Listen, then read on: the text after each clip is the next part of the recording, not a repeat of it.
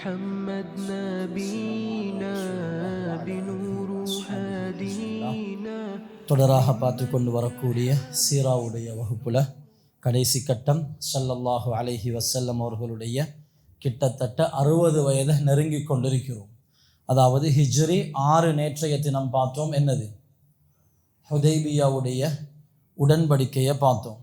முஸ்லிம்களுக்கு எதிராக 3 விரோதிகள் இருந்தான். ஒன்று யாரு?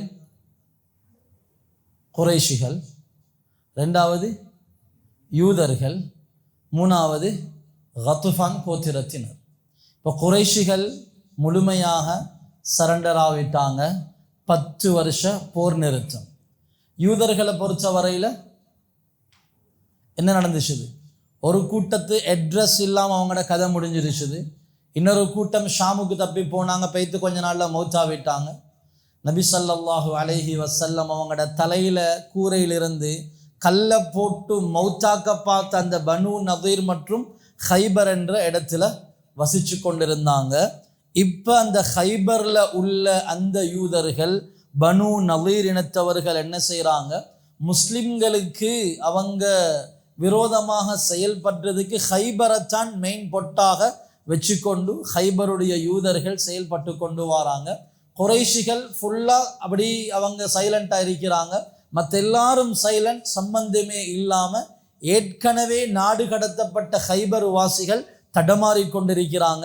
இவங்க தான் அகல் போருக்கு குறைஷிகளை இழுத்துட்டு வாரதுக்கு காரணம். ஹந்தக் யுத்தத்துக்கு இவங்க தான் ஹந்தக் யுத்தத்தின் பொழுது மதீனாவுள்ளுக்கு இருந்த பனு குறைலாவை பிரெயின் வாஷ் பண்ணி முஸ்லிம்களுக்கு எதிராக அவங்களோட ஒப்பந்தத்துக்கு மாற்றம் செய்ய வச்சதும் இந்த பனு நதீர் இனத்தவர்கள் தான். அப்பப்போ முனாஃபிகின்களோட தொடர்பு கொண்டு சின்ன சின்ன பிரச்சனைகள் சந்தேகங்களை கிளப்புறதும் இந்த பனு நதீர் யூதர்கள் தான். கத்ஃபான் கிளையினரையும் ஏனைய கிராம அரபிகளையும் தூண்டி விடுறதும் இவங்க தான். தொடர்ந்து இவங்க டிஸ்டர்பாகவே இருக்கிறாங்க. இப்போ ஸல்லல்லாஹு அலைஹி வஸல்லம், அதாவது மதீனாவுடைய கவர்மெண்ட்டுக்கு அவசரமாக இவங்களை அடக்கணும் என்ற ஒரு தேவை மதீனாவுடைய கவர்மெண்ட்டுக்கு வருவது. நாங்கள் முஸ்லிம்கள் என்று பார்க்காம மதீனாவுடைய கவர்மெண்ட் என்று பார்ப்போமே. அவசரமாக இவங்களை அடக்கி ஆகணும் என்றொரு இக்கட்டான சந்தர்ப்பத்தில் மதீனாவுடைய கவர்மெண்ட் ஸல்லல்லாஹு அலைஹி வஸல்லம் அவங்க என்ன செய்கிறாங்க? அவங்க நிர்பந்திக்கப்படுறாங்க. ஹைபர் இருக்குது மதீனாவிலிருந்து 80 மைல் தூரம், விவசாய நிலங்கள், கோட்டைகள் உள்ள ஒரு பகுதி. இப்போ ஸல்லல்லாஹு அலைஹி வஸல்லம் சொன்னாங்க, ஹைபருக்கு ஹுதைபியாவில் கலந்து கொண்ட 1400 பேர் மட்டும்தான் வரும்.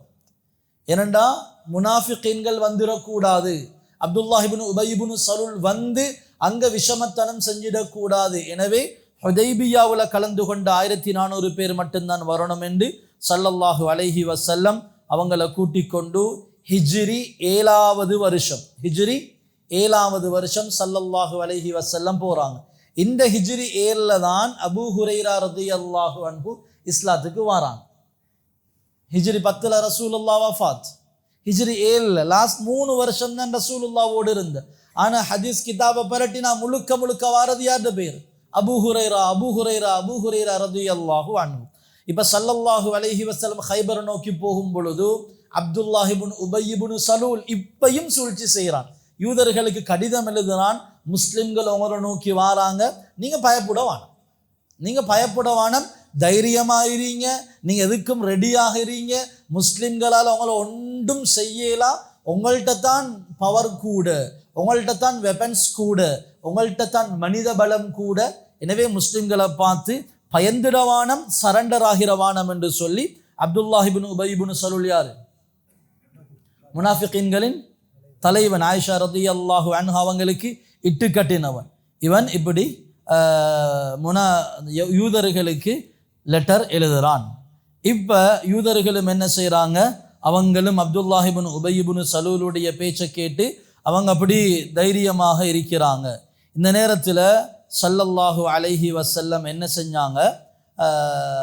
அலி ரலியல்லாஹு அன்ஹு அவங்கள கூப்பிட்டாங்க கொடியை கொடுக்கறதுக்கு. சஹாபாக்கள் சொன்னாங்க, யா ரசூலல்லாஹ், அலி ரலியல்லாஹு அன்ஹு கண் நோயால் அவதிப்பட்டு கொண்டிருக்கிறார். நபி அவங்க சொன்னாங்க, அலியை கூட்டிட்டு வாங்க. ஸல்லல்லாஹு அலைஹி வஸல்லம் தன்னுடைய உமிழ் நீர் எடுத்து ஹஸ்ரத் அலியுடைய கண்ணில் அப்படி தடவுறாங்க. அதோட ஹசரத் அலி ரலியல்லாஹு அன்ஹு அவங்களோட கண் வருத்தம் லேசாகினது மட்டும் இல்லை, மௌத்து வரைக்கும் அந்த கண் வருத்தம் வந்தது கிடையாது. இப்போ யூதர்கள் ஹைபர் கிட்ட ஸல்லல்லாஹு அலைஹி வஸல்லம் இஸ்லாமிய படையோடு போயிட்டாங்க. ஹைபரில் மொத்தம் 8 கோட்டைகள் இருக்குது. இதை மாதிரி இது ஹைபருடைய கோட்டையில் உண்டு. இதை மாதிரி 8 கோட்டைகள் இருக்குது. 8 கோட்டையிலையும் ஒரு கோட்டையில் மனைவி மக்கள், ஒரு கோட்டையில் ஆயுதங்கள், ஒரு கோட்டையில் வீரர்கள், ஒரு கோட்டையில் உணவுகள் என்று பதுக்கி வச்சிருக்கிறாங்க. ஸல்லல்லாஹு அலைஹி வஸல்லம் முதலாவது கோட்டையை சுற்றி ஃபுல் டேயும் யுத்தம் நடக்குது. காலையிலிருந்து இரவு வரைக்கும் நடந்த யுத்தத்தில் யூதர்கள் தாக்கு பிடிக்கலாமா அந்த கோட்டையை விட்டுட்டு அடுத்த கோட்டைக்கு போகிறாங்க. இப்படியே 1 by 1 5 கோட்டைகள் முஸ்லிம்கள் ஒவ்வொரு நாளைக்கு ஒவ்வொரு கோட்டை என்று முஸ்லிம்கள் கைப்பற்றி கொண்டு வராங்க. 5 கோட்டைகள் முஸ்லிம்களுடைய கையில். இன்னும் 3 கோட்டைகள் இருக்குது. முஸ்லிம்கள் அதை அப்படி வட்ட பண்ணி முஸ்லிம்கள் என்ன செய்கிறாங்க, கோட்டையை முற்றுகையிட்டு இருக்கிறாங்க. கிட்டத்தட்ட 14 நாள் முற்றுகைக்கு பின்னால அந்த யூதர்களே இறங்கி வராங்க. எங்களோட சமாதான உடன்படிக்கை செஞ்சு கொள்ளுங்க, நாங்கள் உங்களுக்கு எதிராக செயல்பட்டது எங்களோட பிழை தான், ஏற்கனவே நாடு கடத்தியும் எங்களுக்கு புத்தி வரல, இப்போ எங்களோட என்ன செஞ்சு கொள்ளுங்க, உடன்படிக்கை செஞ்சு கொள்ளுங்க என்று சொல்லி யூதர்களுடைய அபு ஹுகைக் என்றவர் வாரார். அவரே என்னென்ன உடன்படிக்கைன்றதையும் அவரே சொல்றாரு. நபியவங்க ஒன்றும் கேட்கல, இவரே சொன்னாரு, கோட்டைக்குள்ளால் இருக்கக்கூடிய வீரர்கள் எல்லாரையும் நீங்க உயிரோடு உற்றணும். பனு குறைலாக்கு செஞ்ச மாதிரி அப்படியெல்லாம் செஞ்சிடக்கூடாது, நாங்கள் அந்த அளவுக்கு துரோகம் செய்யல. எனவே கோட்டைக்குள்ளால உள்ளவங்களை உயிரோட பாதுகாப்போட உடனும், அவங்களோட குடும்பம் மனைவி மக்கள் புள்ள குட்டிகளை அவங்களோடையே நீங்க உற்றணும். ஆனால் நாங்கள் என்ன செஞ்சிருவோம், எல்லாத்தையும் எடுத்துட்டு ஹைபர் விட்டு தப்பினோம் பொழைச்சோம்னு எங்க சரி போயிட்டுருவோம். நாங்கள் ரசூலுல்லாஹ் போக சொல்லியும் இல்லை, இவங்களே இறங்கி நாங்கள் ஹைபர் விட்டும் போயிட்டுருவோம். ஹைபருடைய பூமி, ஹைபரில் இருக்கக்கூடிய வெள்ளி தங்கம் கால்நடைகள் எல்லாமே முஸ்லிம்களுக்கு கொடுத்துடுங்க, எங்களுக்கு ஹைபர்ல இருந்து போகிற எங்களுக்கு உடுக்கிறதுக்கு உடுப்பு மட்டும் கொஞ்சம் எடுத்துட்டு போகிறதுக்கு அனுமதி தாங்க, நம்ம பைத்து பொழைச்சா போதும், உடுப்பை மட்டும் எடுத்துட்டு போகிறோம், கால்நடைகள் வானம், தங்கம் எடுக்கிறீல்ல, எங்களோட சொத்து எதையுமே எடுக்கிறீல்ல என்று சொல்லி அபு ஹுகைக் அவரே ஒப்பந்தத்துடைய அம்சங்கள் எல்லாம் ஸல்லல்லாஹு அலைஹி வஸல்லம் அவங்கள்ட்ட முன் வைக்கிறாங்க. எல்லாமே முஸ்லிம்களுக்கு சாதகமாக இருக்குது. ஸல்லல்லாஹு அலைஹி வஸல்லம் சொன்னாங்க, அப்படி ஏண்டா ஓகே, நீங்கள் ஏற்கனவே என்ன கொலை செய்ய பார்த்து அங்கிருந்து ஹைபருக்கு இவ்வளோ சதித்திட்டமெல்லாம் தீட்டி பொறுத்து பொறுத்து பொறுத்து பொறுத்து ஏலாத மட்டும்தான் வந்தேன். 5 கோட்டைகள் எங்கட கைவசம், இப்போ நீங்கள் சரண்டராகி வந்திருக்கிறீங்க, நீங்கள் சொல்கிற எல்லா கோரிக்கைகளும் எங்களுக்கு ஓகே, பிரச்சனை இல்லை என்று சொன்னதுக்கு பின்னால் ஸல்லல்லாஹு அலைஹி வஸல்லம் சொன்னாங்க, ஒப்பந்தமாக இருக்கும். நீங்கள் சொன்னீங்க தங்கம் வெள்ளி சொத்துக்களை கொண்டு போறீல்ல, உடுக்கிறதுக்கு உடுப்பை மட்டும் எடுத்துட்டு போகிறேன், மாற்றம் செஞ்சால் நாங்கள் பொறுப்பில்லை என்று சொல்லி ஸல்லல்லாஹு அலைஹி வஸல்லம் சொல்லிட்டாங்க. இப்போ யூதர்களும் எல்லாத்தையும் கட்டி கொண்டிருக்கும் பொழுதோ பேச்சுவார்த்தையை நடத்தின அபுல் ஹுகைக்குடைய 2 மகன்மார் என்ன செஞ்சாங்க, அவங்க நிறைய தங்கம் வெள்ளி எல்லாம் சேர்த்து கொண்டு போகிறதுக்கு மறைச்சி எடுத்துக்கொண்டு போக ரெடியாகையும் ஸல்லல்லாஹு அலைஹி வஸல்லம் அவங்க 2 பேரையும் கொலை செஞ்சாங்க. ஏன்னா ஒப்பந்தத்துக்கு நீங்கள் மாற்றம் செஞ்சிட்டீங்க. இப்போ அதுக்கு பின்னால் முஸ்லிம்களுக்கு நிறைய சொத்து செல்வங்கள் கிடைக்கிது. இப்னு உமர் ரலியல்லாஹு அன்ஹு சொல்கிறாங்க, ஹைபர் வரைக்கும் முஸ்லிம்கள் நிம்மதியாக சாப்பிட்டது இல்லை. ஹைபருடைய வெற்றிக்கு பின்னால் தான் அல்லாஹ் நிறைய சொத்து செல்வங்களை முஸ்லிம்களுக்கு அல்லாஹு தஆலா தந்தான். அதுவரைக்கும் முஸ்லிம்கள் வயிறார சாப்பிட்டது கிடையாது. இப்போ இந்த ஹைபருடைய யுத்தத்தில் முஸ்லிம்கள் 19 பேர் கொலை செய்யப்படுறாங்க, யூதர்கள் 93 பேர் கொலை செய்யப்படுறாங்க. இப்போ எல்லாம் சரண்டர் தானே. இப்போ இந்த ஹைபர் முடியும் பொழுது ஜாஃபர் ரலியல்லாஹு அன்ஹு மதீனாக்கு வராங்க. எங்கே போயிட்டு இருந்தாங்க, ரசூலுல்லாஹ் மதீனாக்கு ஹிஜ்ரத் செய்ய முந்தி முதலாவது ஹிஜ்ரத் எங்க அபிசீனியாவுக்கு ஜாஃபர் ரலியல்லாஹு அன்ஹு போயிட்டு இருந்தாங்களே. கிட்டத்தட்ட 6-7 வருஷம் கழிச்சு ஜாஃபர் ரலியல்லாஹு அன்ஹு வராங்க. ரசூலுல்லாஹ்ட யாரு, சாட்சட மகன், அபூ தாலிபுடைய மகன், ஒரே படுக்கையில் ஒரே வீட்டுக்கு வளர்ந்தவங்க. ஸல்லல்லாஹு அலைஹி வஸல்லம் உங்களுக்கு சரியான சந்தோஷம், 7-8 வருஷத்துக்கு பிறகு ஜாஃபரை கண்டிருக்கிறேன். ஸல்லல்லாஹு அலைஹி வஸல்லம் நெத்தில முத்தமிட்டு சொன்னாங்க, அஃப்ரஹு பின்திசாரி ஹைபர், ஹைபர் வெற்றியாகிச்சது என்றதை நினைச்சு சந்தோஷப்படுறதா, என்ற ஜாஃபர் வந்திருக்கிறாரே அதை நினைச்சு நான் சந்தோஷப்படுறதா என்ன எனக்கு விளங்குதில்லைன்னு சொல்லி ஸல்லல்லாஹு அலைஹி வஸல்லம் சொன்னாங்க. இந்த ஹைபர்ல தான் சஃபியா என்ற பெண் கைதியாக பிடிக்கப்பட்டார். அபுல் ஹுகைக்குடைய 2 மகன்மார் கொலை செய்யப்பட்ட அதில் ஒன்று சஃபியாவுடைய கணவன். எனவே புதுமண பெண்ணாக சஃபியா இருக்கிறாங்க.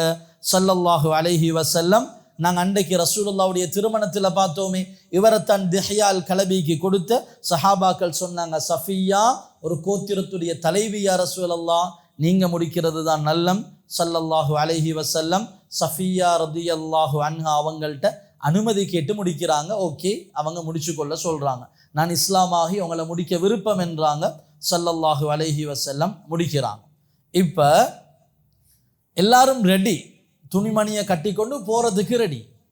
கடைசியாக கேட்டாங்க, யா ரசூலல்லாஹ் எங்களெல்லாம் அனுப்புறீங்க, போகிறதுக்கு என்றா உண்மைக்கும் இடமில்லை, கடைசியாக ஒரு சான்ஸ் தர மாட்டீங்களா? நாங்கள் ஹைபர்லேயே இருந்துடுறோமே.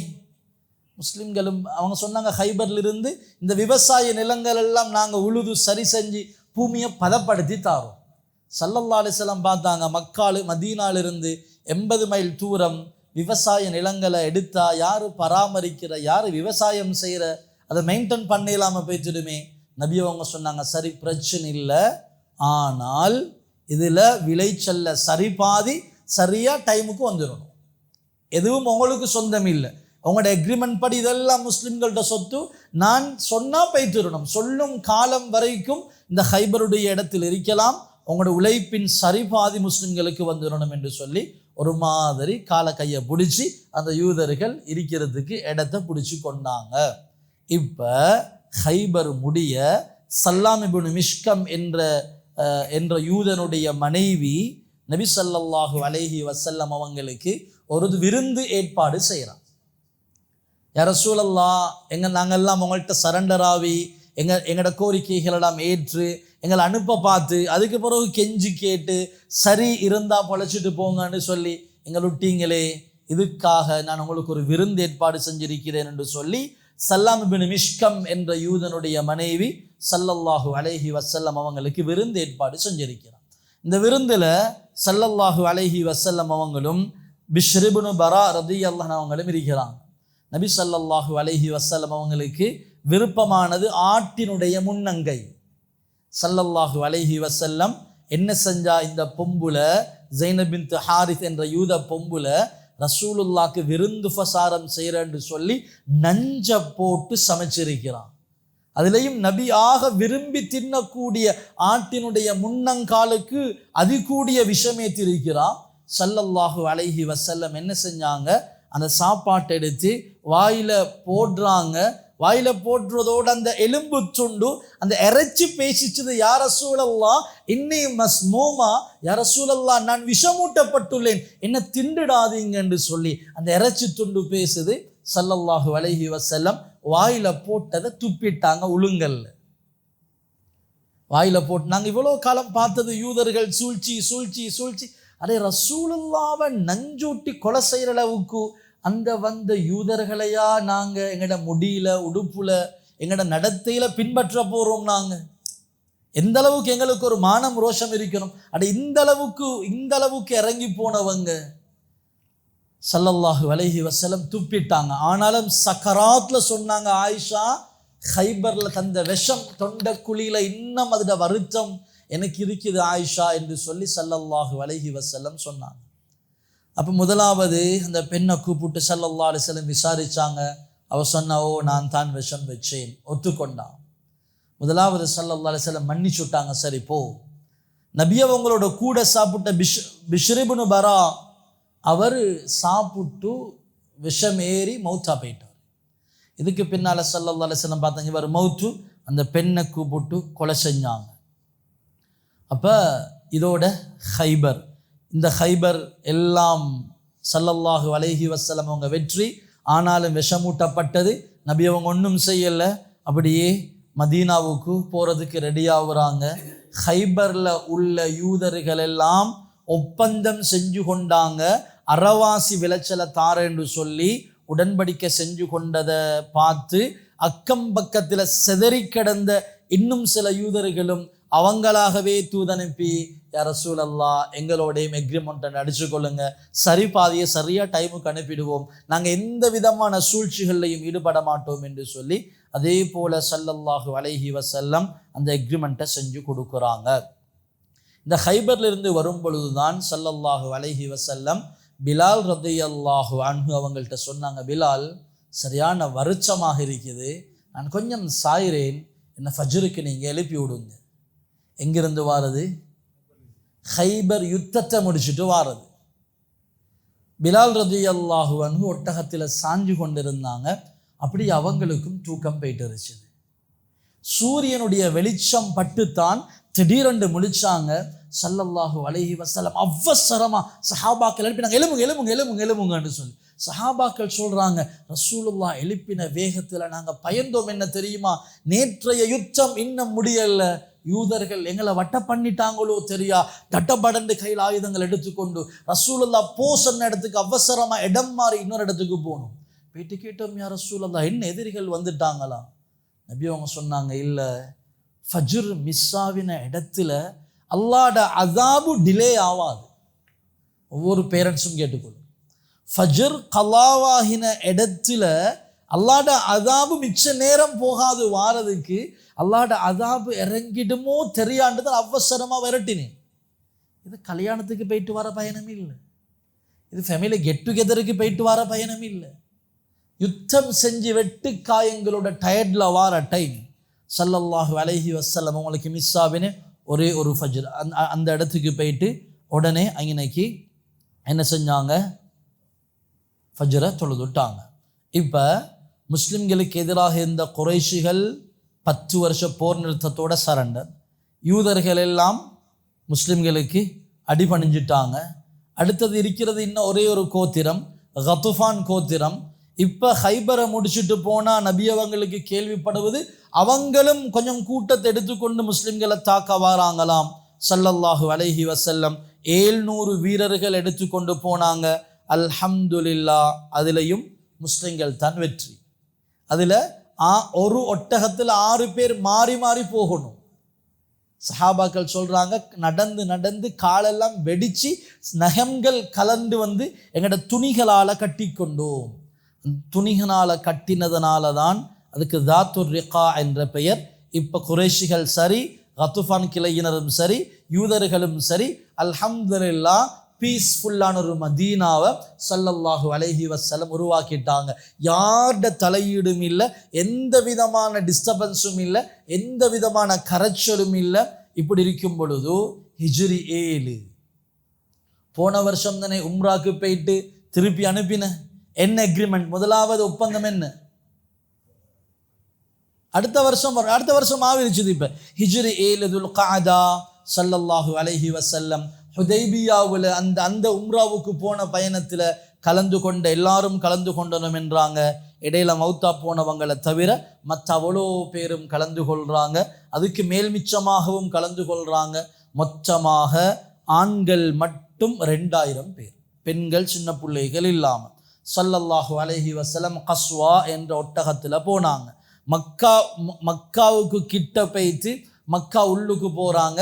இப்போ குறைஷிகள் எல்லாம் மலை உச்சிக்கு மேலே இருந்து என்ற எக்ரிமெண்ட் போட்டு கொடுத்த அடுத்த வருஷம் வரலாம், 3 நாள் தங்கலாம், எந்த டிஸ்டர்பும் பண்ண மாட்டோம்.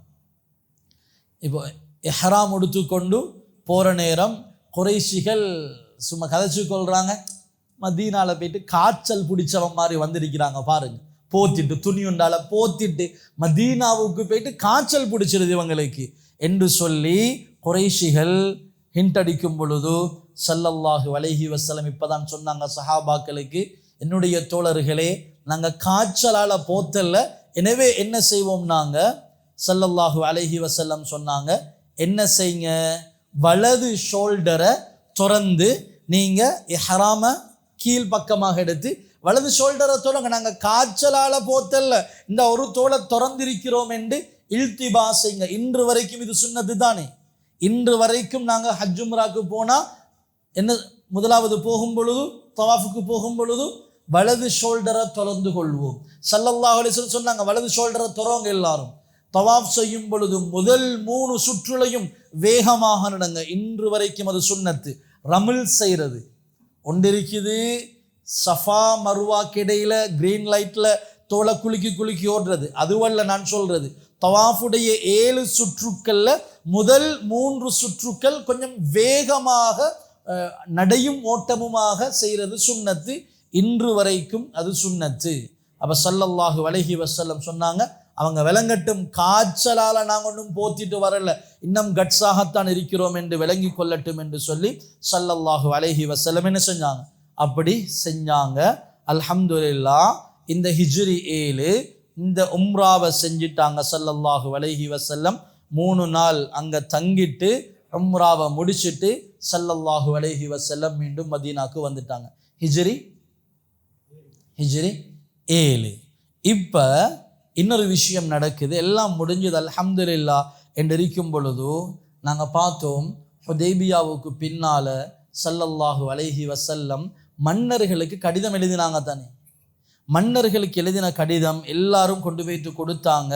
ஆனால் புஸ்ரா நாட்டுடைய மன்னருக்கு எழுதின கடிதத்தை கொண்டு போன அந்த சஹாபிய பல்கா மாநிலத்துடைய கவர்னர் கொலை செஞ்சிட்டார். நான் ஏற்கனவே சொல்லியிருக்கிறேன், கொலை என்பது, அந்த தூதுவராக போறவரை கொலை செய்கிறது என்பது அரசியல் துரோகம். இது இஸ்லாத்துக்கு முந்திய வச்சு 3 விதமான பிழைகள், அது மன்னிக்க முடியாத பிழை. ஒன்று தூதுவர்களை கொலை செய்கிறது, அடுத்தது இல்லை தூதுவர்களை கொலை செய்கிறது உண்டு, உடன்படிக்கைக்கு மாற்றம் செய்கிறது உண்டு, ஹரத்துள்ளுக்கு சண்டை பிடிக்கிறது உண்டு. அப்போ இது ஒரு அரசியல் பிழைய நடந்திருச்சுது, அரசியல் பிழை செய்யப்பட்டிருக்குது. என்ன, போன தூதுவரை கொலை செஞ்சிருக்கிறது. பகிரங்கமாக நாங்கள் யுத்தத்துக்கு இரடி நீங்கள் 7 மண்டா வாங்க என்று பகிரங்கமாக சொல்வதை விடவும் ஆபத்தான ஒன்றுதான் தூதர்களை கொலை செய்கிறது. ஸல்லல்லாஹு அலைஹி வஸல்லம் என்ன செஞ்சாங்க, இதுக்காக 3000 பேரை ஒன்று திரட்டி அனுப்பினாங்க. ஷாம் நாட்டை நோக்கி போங்க, அங்கிருக்கக்கூடிய பல்கா என்ற இடத்துல தூதுவரை கொலை செஞ்சவருக்கு இஸ்லாத்தை சொல்லுங்க, இல்லாட்டி மன்னிப்பு கேட்க சொல்லுங்க, ஒன்றுக்கும் சரி வராட்டி யுத்தம் செய்யுங்க. எத்தனை பேர் அனுப்பினாங்க? 3000 பேரை கூட்டிக் கொண்டு ஸைத் இப்னு ஹாரிஸ், யாரு, ரசூலுல்லாஹ் வளர்ப்பு மகன், அவரை தலைமைத்துவம் போட்டு ஸல்லல்லாஹு அலைஹி வஸல்லம் அனுப்புறாங்க. புத்தி சொல்லி பெண்களை கொலை செய்ய வானம், சிறார்களை கொலை செய்ய வானம், மரங்களை வெட்ட வானம் என்று சொல்லி புத்தி சொல்லி அனுப்புறாங்க. இஸ்லாமிய படை மதீனாவிலிருந்து ஷாம் நோக்கி செல்லும் பொழுது இஸ்லாமிய படைக்கு ஒரு செய்தி கேள்விப்படுவது அதிர்ச்சியான ஒரு செய்தி. ரோம் நாட்டுடைய மன்னன் ஹிரக்கல் 1,00,000 பேரோடு நின்று கொண்டிருக்கிறான். முஸ்லிம்கள் போறது எத்தனை பேர்? வரும் 3000 பேர். ஹிரக்கல் மன்னன், ரோம் மன்னன் 1,00,000 வீரர்களோட இந்த பல்கா என்ற இடத்தில் இருக்கிறான். இன்னும் 1,00,000 வீரர்கள் ரோமர்களோட போயிட்டு சேர்ந்து கொண்டாங்க. மொத்தம் எத்தனை பேர்? 2,00,000 பேர். போறது வெறும் 3000. பிரிச்சு பார்த்தா ஒரு ஆள் 66 பேரை சமாளிக்க வரும். சாத்தியமா? இல்லை. உடனே மஷூரா செய்யறாங்க, நாங்க இப்ப என்ன செய்யற? உடனே மஷூரா நடக்குது. என்ன செய்வோம்? ரசூலுல்லாஹ்க்கு லெட்டர் அனுப்புவோமா, இன்னும் படை வீரர்களை அனுப்ப சொல்லுவோமா, இல்லாட்டி ரசூலுல்லாஹ்வுக்கே முடிவெடுக்க சொல்லுவோமா என்ற பேச்சுவார்த்தைகள் எல்லாம் போகும் பொழுது அந்த படையில இருந்த அப்துல்லாஹ் இப்னு ரவாஹா ரலியல்லாஹு அன்ஹு சொன்னாங்க, கொஞ்சம் பேசாம இருங்க. இவ்வளவு காலமும் எங்கட வாள நம்பித்தான் போர் செஞ்சோமா? இவ்வளவு காலமும் இந்த எண்ணிக்கையை பார்த்து தான் வெத்தினோமா? பத்ர்ல எத்தனை முஸ்லிம்கள்? 313. எதிரிகள் 1000. உஹதுல முஸ்லிம்கள் 700, அவங்க 2000 3000 பேர். ஹந்தக்ல அவங்க 10,000. அப்துல்லாஹ் இப்னு ரவாஹா ரலியல்லாஹு அன்ஹு சொன்னாங்க, நாங்கள் எண்ணிக்கையை வச்சா அப்பா இவ்வளோ நாளும் சண்டை பிடிச்சோம், இவ்வளோ நாளும் வெற்றி கொண்டது எண்ணிக்கையை வச்சா, நாங்கள் அல்லாஹ்வுக்காக வந்திருக்கிறோம், திரும்பி போரில்லை. இதை சொல்றதுக்கு ஒரு தைரியம் வேணுமே. அப்துல்லாஹ் இப்னு ரவாஹா ரலியல்லாஹு அன்ஹு 38 வயது நிரம்பிய ஒரு சஹாபி.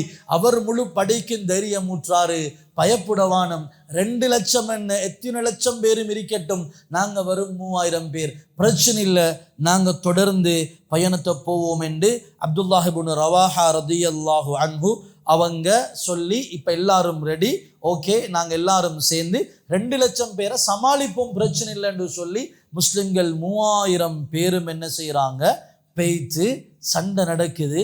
3000 பேரும் எழுதுறாங்க, 2 லட்சம் பேர் இருந்து சண்டை பிடிச்சா எப்படி ஒரு பவர்ஃபுல்லான சண்டை பிடிப்பாங்களோ, முஸ்லிம்கள் வெறும் 3000 வச்சு கொண்டு 2 லட்சம் பேரோட கடுமையான சண்டை நடந்து கொண்டிருக்குது. இதுல தலைவராக போன ஸைத் இப்னு ஹாரிஸ் ரலியல்லாஹு அன்ஹு அவங்கட வீரத்தை எழுதுறாங்க கிதாபுல, இத வேறு யாருடைய வீரத்தோடையும் ஒப்பிடலாம், அந்த அளவுக்கு வீரமாக செயல்பட்டாரு. வீர மரணம் அடைஞ்சாரு, ஷஹாதத். 2வது ஸல்லல்லாஹு அலைஹி வஸல்லம் ஆல்ரெடி சொல்லி அனுப்பினாங்க, ஸைத் இப்னு ஹாரிஸ் கொலை செய்யப்பட்டால் அடுத்த தளபதியாக ஜாஃபர் பொறுப்பெடுப்பாரு, ஜாஃபரும் கொலை செய்யப்பட்டா அப்துல்லாஹ் இப்னு ரவாஹா பொறுப்பெடுப்பாரு. அதே மாதிரி ஜாஃபர் ரலியல்லாஹு அன்ஹு எடுத்தாங்க கொடிய, யுத்தத்தில் வீரமாக யுத்தத்தில் செயல்பட்டாங்க. அவங்களும் அவங்களோட கொடி வலது கையில் வச்சு கொண்டிருக்கிறாங்க, வலது கை வெட்டப்படுவது, இடது கையால் பிடிக்கிறாங்க, இடது கை வெட்டப்படுவது, இப்படி கழுத்தால் பிடிச்சு கொண்டிருக்கிறாங்க. பின்னுக்கு இருந்து வந்த ஒருத்தன் பொடிய 2ஆக பொளந்துட்டான், பொடிய 2ஆக பொளந்துட்டான். அப்ப இப்படியான நிலைமையில அடுத்தது அப்துல்லாஹ் இப்னு ரவாஹா ரலியல்லாஹு அன்ஹு கொடி எடுத்தாங்க, அவங்களும் இதே மாதிரி வீர மரணம் அடைஞ்சாங்க.